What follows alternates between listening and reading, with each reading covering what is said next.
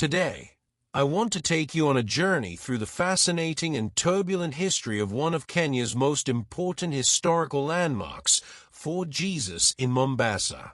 This fortress is more than just an old structure. It is a symbol of colonial ambition, resistance, and the ever-changing control of the East African coast. Our story begins in the late 16th century. The Portuguese had established themselves along the East African coast, controlling key trade routes. However, their position was constantly threatened by the Ottomans and local Swahili communities who wanted them gone.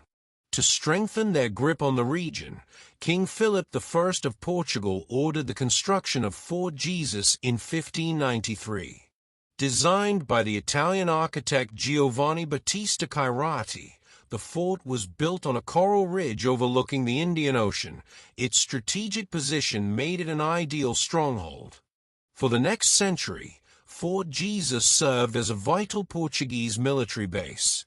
However, life inside the fort was difficult. Soldiers faced disease, food shortages, and constant attacks from local Swahili forces allied with the Omani Arabs, who sought to drive the Europeans out. The most significant battle in the fort's history occurred between 1696 and 1698, when the Omani Arabs launched a massive siege. The attack lasted almost 3 years, and conditions inside the fort became unbearable. With reinforcements unable to arrive in time, the Portuguese defenders were decimated by starvation and disease. By December 1698, the last surviving Portuguese soldiers surrendered, marking the end of their rule in Mombasa. With the Portuguese gone, the Omanis took control of Fort Jesus and turned Mombasa into an important trading hub. They expanded their influence over the Swahili coast and used the fort as a base for trade, including the East African slave trade. However, Omani rule was not always stable. Between 1728 and 1730, the Portuguese briefly recaptured Fort Jesus but were expelled again. Throughout the 18th and 19th centuries, different factions within the Omani ruling class fought for control over Mombasa. The Mazrui family, a powerful Omani clan, ruled Mombasa semi-independently for several decades. However, their rule was marked by conflicts with the Sultan of Oman. In 1837, Sultan Said bin Sultan of Oman finally defeated the Mazrui rebels and took full control of the region. By the late 19th century, European powers had set their sights on East Africa. In 1895, the British declared Kenya a protectorate and took control of Fort Jesus. Unlike the Portuguese and Omanis, the British did not use the fort for military purposes.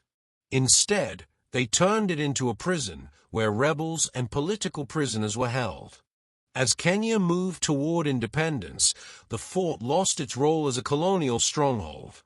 Finally, in 1963, Kenya gained independence, and Fort Jesus became a national monument, preserving its long and complex history.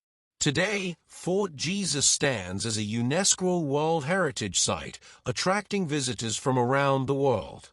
The fort's walls still bear the marks of cannon fire, and its underground passages and old prison cells tell the story of centuries of struggle.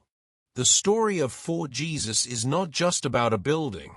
It is about the resilience of the people who lived and fought within its walls.